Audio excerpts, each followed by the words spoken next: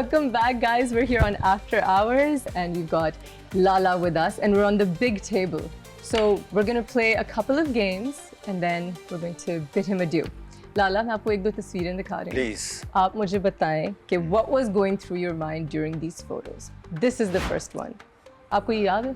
ये अब कैसे याद नहीं ये इसलिए याद है क्योंकि 11वां मैच जीते थे हम. अच्छा. और जिस तरह जो मैं आपको अपॉर्चुनिटीज की बात कर रहा था ना, वो इसको कहते हैं अपॉर्चुनिटीज कि यार ये मैच मैं कैसे जितवा दूं. अच्छा. क्या ऐसा कर दूं कि लोगों को याद रहे. तो ये उन मैचों में से बड़ी जबरदस्त यादें हैं एशिया कप की हमारी. और ये जुनैद खान का बड़ा कमाल था. मैंने जुनैद खान को कहा था, मैं पश्तो में मैंने जुनैद खाना सिंगल रोखला बाजता है, मतलब सिंगल करके मुझे उधर आने दो, मुझे खेलने दो. हाँ. अच्छा, वेरी नाइस. उसके बाद ये घर पे है तस्वीर फ्रेम हुई? मेरे ख्याल में है, बिल्कुल है, होनी चाहिए. It's a lovely picture. आप how old were you here? मेरे ख्याल में ये ज्यादा लग रही है, लेकिन इतनी है नहीं उम्र. नहीं, ज्यादा नहीं लग रही. मैं यही पूछ रही हूँ. ये लाला आप क्या खाते हैं कि आप बड़े नहीं हो रहे? मतलब क्यों नहीं हो रहे बड़े जी? I know the inside story जी. You look the same. माशाल्लाह माशाल्लाह. अच्छा, what is this photo? Tell us.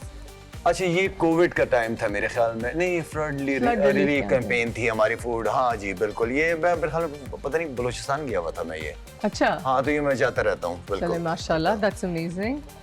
What is this? ये घर बना के दिए थे लोगों को. तकरीबन कोई 500-600 घर थे हमारे. अच्छा. ये लोगों को अभी भी प्रोजेक्ट्स इनके अंदर भी 100-100 घरों का चल रहा है. तो हम पूरी कम्युनिटी, पूरी सोसाइटी देना चाह रहे हैं, इसलिए कि फ्लड से जो तबाही हुई थी वो हमें अंदाजा नहीं है. हम उन लोगों को भूले नहीं है. अब माशाल्लाह से उनके पक्के घर, उनको वहीं पे हॉस्पिटल, वहीं पे स्कूल बच्चों के लिए, वहीं पे मस्जिद, वहीं पार्क टाइप का उनका खेलने का, पूरी कम्युनिटी बना दी आपने. सो ये होता है जब आप शाहिद अफरीदी फाउंडेशन को डोनेट करते हैं. They are doing amazing work. Please keep donating. अच्छा, ये कैंप्स लगाए थे हमने क्योंकि सैलाब-ज़दगान जो लोग थे हमारे, वो बिल्कुल उनके घर ख़त्म हो गए थे. तो उनके लिए हमने तकरीबन कोई 500 फैमिलीज के लिए अलग से टेंट्स लगाए थे. ये बलूचिस्तान के अंदर. बलूचिस्तान से मैं आपको एक सवाल पूछ सकती हूँ बलूचिस्तान के बारे में, क्योंकि आपने कहा मैं कुछ भी पूछ सकती हूँ. What do you feel about what's happening with them right now? ये जो एक पॉलिटिकल सिचुएशन हो रही है वहाँ पे देखिए, वहाँ पे किस चीज की कमी है? आपका 1100-1200 किलोमीटर तो कोस्टल एरिया है. मैं 2-3-4 दिन पहले वहीं पे था. अब यकीन करिए, इतने खूबसूरत बीचेस, इतनी खूबसूरत सैंड कि मैं बता नहीं सकता आपको. मार्बल उधर है, सोना उधर है. वो कहते हैं लोग तो वहाँ पे चलते हैं बगैर चप्पल के, लेकिन उनको ये नहीं पता कि वो चल किस पे रहे हैं, वो सोने पे चल रहे हैं. तो अल्लाह ताला ने हर किस्म की नेमत पूरे पाकिस्तान के बलूचिस्तान को दी है. जिस दिन बलूचिस्तान अपने पाँव पे खड़ा हो गया ना, मेरे ख्याल में IMF हमारे पास आएगा मांगने पैसे. हमें नहीं जाना पड़ेगा. इतना कुछ है सूबे के अंदर. माशाल्लाह. I hope their people are persevering. What is this photo, Lala? बस वही राशन कैंपेन चल रही थी. And then I think यही हो रहा है. ये एक छोटे से बच्चे को जूते पहनाए जा रहे हैं.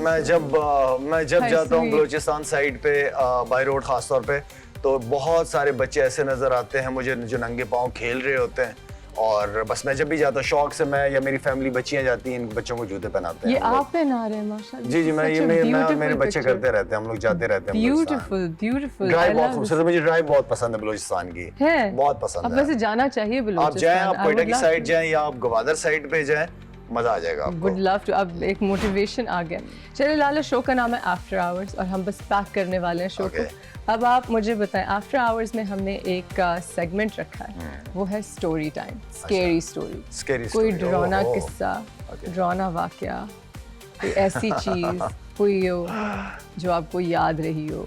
अच्छा, क्योंकि यंग थे, 13-14 साल की उम्र थी हमारी. अच्छा, जैसे ख्वाब, दौरानी ख्वाब बहुत कम देखे. एक दफा जब छोटे थे तो बड़े भाई जो थे वो हॉरर मूवी लेके आए थे. उसका नाम था इविल डेथ.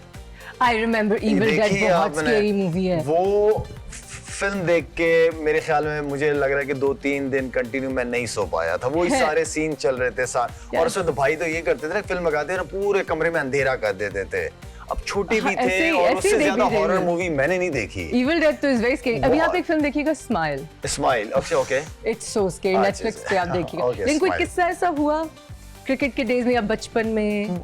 ऐसा कुछ हुआ तो नहीं, लेकिन ये था कि एक और वाकया था कि हमारे मोहल्ले में हमारे एक पड़ोसी थे, बुजुर्ग थे, आज भी नाम याद है मुझे, कादिर साहब. उनका इंतकाल हो गया था. तो उनकी कब्रिस्तान, मैं पहली दफा लाइफ में कब्रिस्तान गया और उनको दफनाने के लिए मैं सामने खड़ा हूँ, उनको दफनाया जा रहा है. फिर और था भी मगरिब का टाइम. जी। और उसके बाद मिट्टी शिट्टी ये सब कुछ डाल रहे थे, तो वो भी तकरीबन 3-4 दिन तक वो मेरे ख्वाब में चीज चलती रही। तो वो पहली मैं- दफा आपने देखा हो हाँ किसी जी, की मेरी दफन? मतलब नींद ही नहीं आ रही थी, वो तस्वीर चल रही किस तरह मिट्टी में, फिर बंद कर दिया, तो वो सारा कुछ मेरे जहन में चल रहा था। ऐसे ख्वाब, दौरानी ख्वाब नहीं देखता मैं। एक ख्वाब जो बहुत ज्यादा मुझे आता है, जो मैं अपनी बेगम से डिस्कस करता हूँ कि ये ख्वाब क्यों इतना ज्यादा आता है। क्या? मेरी कोशिश होती है कि मैं वालिद को ख्वाब में देखूं या वालदा को ख्वाब में देखूं, आते हैं लेकिन बहुत कम आते हैं वो।